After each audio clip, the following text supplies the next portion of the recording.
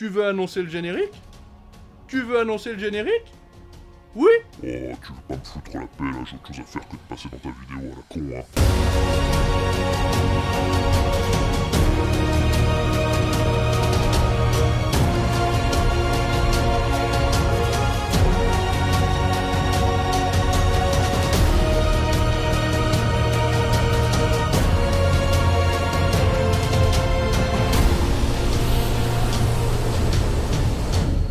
Bon, ça fait longtemps qu'on s'est pas vu les gars, mais comme vous avez pu le constater pour ceux qui sont allés sur ma page Facebook, il y a eu des petites galères d'appartement, des fuites de monoxyde de carbone chez moi. J'ai dû évacuer en urgence et là, bah ça fait à peu près 2 mois que je suis chez mes parents. J'ai réussi avant le confinement à récupérer l'ordinateur pour pouvoir recommencer les vidéos et je pense qu'on est parti pour de bon là. Bon, période un petit peu particulière, un petit peu triste, un petit peu monotone. J'espère que de votre côté tout le monde va bien, que ce soit pour vous ou votre famille. Et maintenant on va pouvoir commencer à rentrer directement dans le vif du sujet avec Ballpark.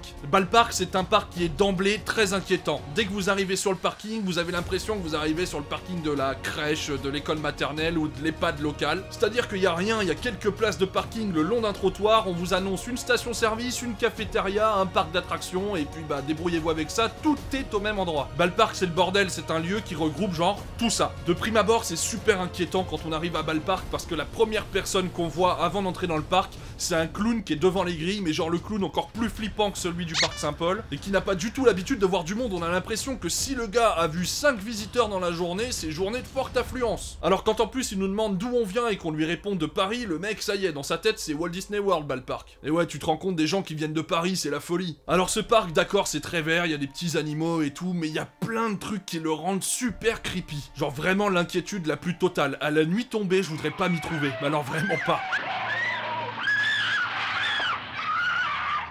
De toute façon, entre nous, si vous n'êtes pas chasseur de crédit, bah je pense que vous n'irez jamais dans ce parc, en tout cas vous n'en aurez jamais l'envie parce que bah y a rien, y a juste un crédit et vous allez voir le crédit que c'est. Hein. Enfin, je vais pas vous spoiler davantage, vous allez de toute façon découvrir par vous-même que ce parc c'est l'inquiétude incarnée et tout ça je vais vous le laisser le découvrir avec ce que j'ai monté et ce que j'ai photographié. Ce parc est une légende, un conte que l'on se narre au bord d'un feu de camp, les nuits de pleine lune pour frissonner entre amis. Un parc provenant à la fois du plus malsain et du plus grotesque des fantasmes. Il s'agit bien évidemment du parc d'attractions, sans S, cafétéria, station-service, salle de réception, répondant au doux nom de Ballpark. Qu'est-ce que c'est que cet illustre bordel? Demanderont les plus hâtifs. Tais-toi un peu et écoute le père Doubic, répondront les plus patients.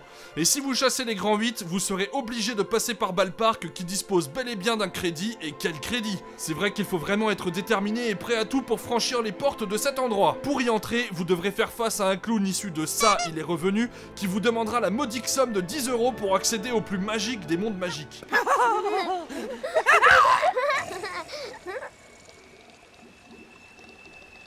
Celui-ci se met presque à pleurer quand, dans la discussion, nous lui disons venir de Paris. Il reste là, incrédule, se disant que des visiteurs venus de si loin pour visiter Ballpark ne peuvent pas exister dans le monde réel. Il n'a pas complètement tort. Et pourtant, on y est, et le moins qu'on puisse dire, c'est que les premières minutes passées dans ce parc nous laissent quelque peu perplexes. On essaie tant bien que mal de se remonter le moral en allant faire les glands sur quelques points photos, mais quelques instants suffisent à comprendre qu'on ne restera pas bien longtemps par ici. Vous paierez donc 10 balles pour aller rider le seul crédit du parc, mais quel crédit? Il s'agit en effet de la montagne du dragon, anciennement dragon de Bayey, à la mer de sable du célèbre constructeur Cavazza Diego.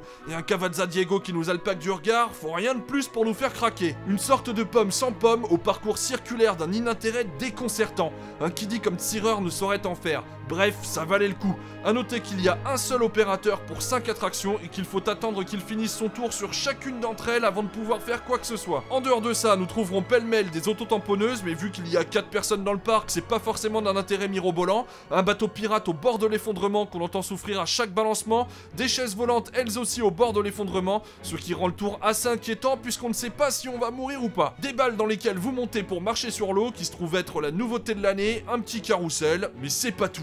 Il y a aussi un parcours horrifique à pied d'une longueur pharaonique de 5 mètres, évidemment une expérience qui s'avérera traumatisante, ponctuée de décors époustouflants qui entreront vos cauchemars les plus tétanisants. Croyez-moi, vous n'en reviendrez pas, et la sortie elle-même restera gravée dans vos mémoires avec cette magnifique porte qui est absolument magnifique. Ballpark, c'est aussi des pédalos et un petit train qui, tenez-vous bien, vous emmène faire le tour de Tournehem sur la M, la ville qui a la fabuleuse chance d'abriter Ballpark. Vous y découvrirez le bar, la mairie, la maison close et bien sûr la station-service. Pour le reste, en ce dimanche ensoleillé de septembre, il faut bien dire que le parc était absolument désert. Je ne sais pas si c'est régulièrement le cas, même si j'ai ma petite idée sur la question, et à ce rythme-là, je ne leur donne pas bien longtemps avant de mettre la clé sous la porte. L'avantage, c'est qu'à Ballpark, on prend le temps de vivre et on n'est pas franchement stressé par la foule et le surplus de population. Néanmoins, que les amis des bêtes se rassurent, ils trouveront leur bonheur à Ballpark. Ils pourront tendre l'oreille pour écouter le chant merveilleux des colombes et y trouveront des informations essentielles quant à leur jambon préféré. La bucolie est également de mise, avec des espaces verdoyants, une petite ferme aux couleurs peut-être un peu trop flashy,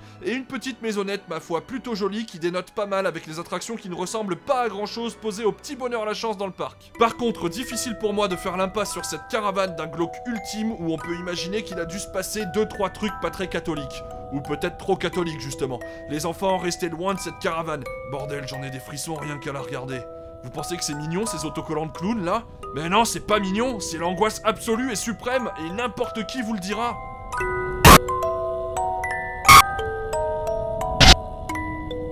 Qu'est-ce que c'est que ce bordel?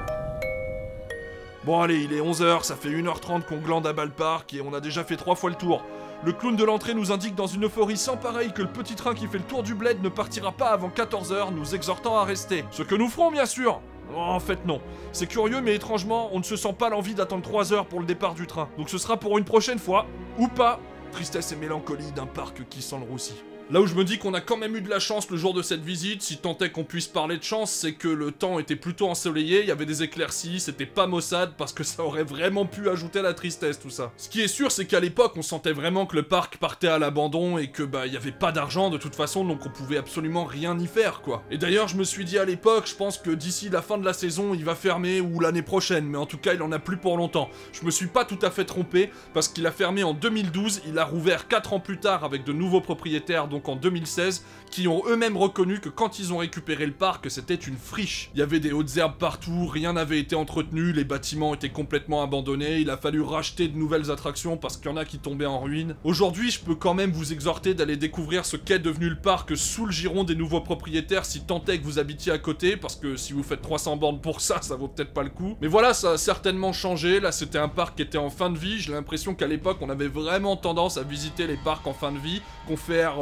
Holiday Park par exemple, parce que quand on avait visité Holiday Park, rappelez-vous, c'était en 2010, à la fin de la famille Schneider, et ça avait été racheté peu de temps après par Studio 100. Et non, j'en entends certains d'entre vous dire, ça y est, il est en train de comparer Ballpark à Holiday Park, on l'a complètement perdu. Non, je suis pas en train de faire ça, je dis juste que c'était lui aussi un parc en fin de vie. Et pour être un peu moins pessimiste, pas forcément en fin de vie, mais en fin de cycle, ça c'est sûr. Les nouveaux propriétaires ont donc réouvert le parc en 2016 et espéraient cette année-là recevoir 50 000 visiteurs par an pour pouvoir investir dans de nouvelles attractions. Je ne sais pas s'ils les ont atteints, de toute façon l'avenir nous dira si le parc réussit à sortir le bec de l'eau ou pas. Bon, ce qui est sûr, c'est que si vous allez à Ballpark, ce sera pas pour la journée, hein, ça va être 1h30 au maximum, et encore c'est pour emmener les gamins, mais sinon pour vous-même en tant qu'adulte, je pense pas que vous y trouviez votre compte. En tout cas, bon voilà, il n'y a pas forcément nécessité de s'étaler pendant 3 jours et demi sur Ballpark, hein, c'est le premier parc qu'on avait visité ce jour-là, on l'avait fait la matinée, et l'après-midi on était allé visiter un autre parc que vous allez pouvoir découvrir dans le prochain TR.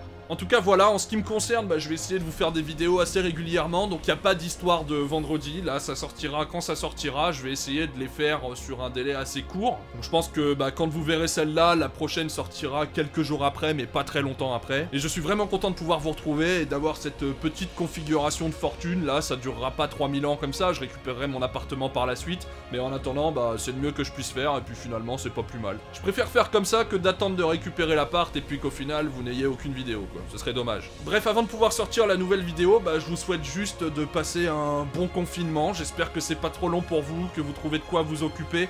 Mais restez bien chez vous, faites pas les cons, faites pas de conneries, parce que visiblement c'est un virus qui déconne quand même pas quoi. On aura tout le temps pour aller faire les cons une fois que ce sera terminé tout ça, et croyez-moi, on fera bien les cons, c'est promis. On aura le temps d'en rider de la montagne russe. Oh là là, on aura le temps d'en rider. En tout cas les filles, les gars, merci beaucoup pour votre assiduité. Désolé pour ces 2 mois de latence, mais j'espère que je vais pouvoir être un peu plus productif maintenant que j'ai réussi à trouver cette petite configuration là. Et d'ici la prochaine vidéo, ridez pas bien parce que ça va être compliqué de rider, mais portez-vous bien. Allez, ciao.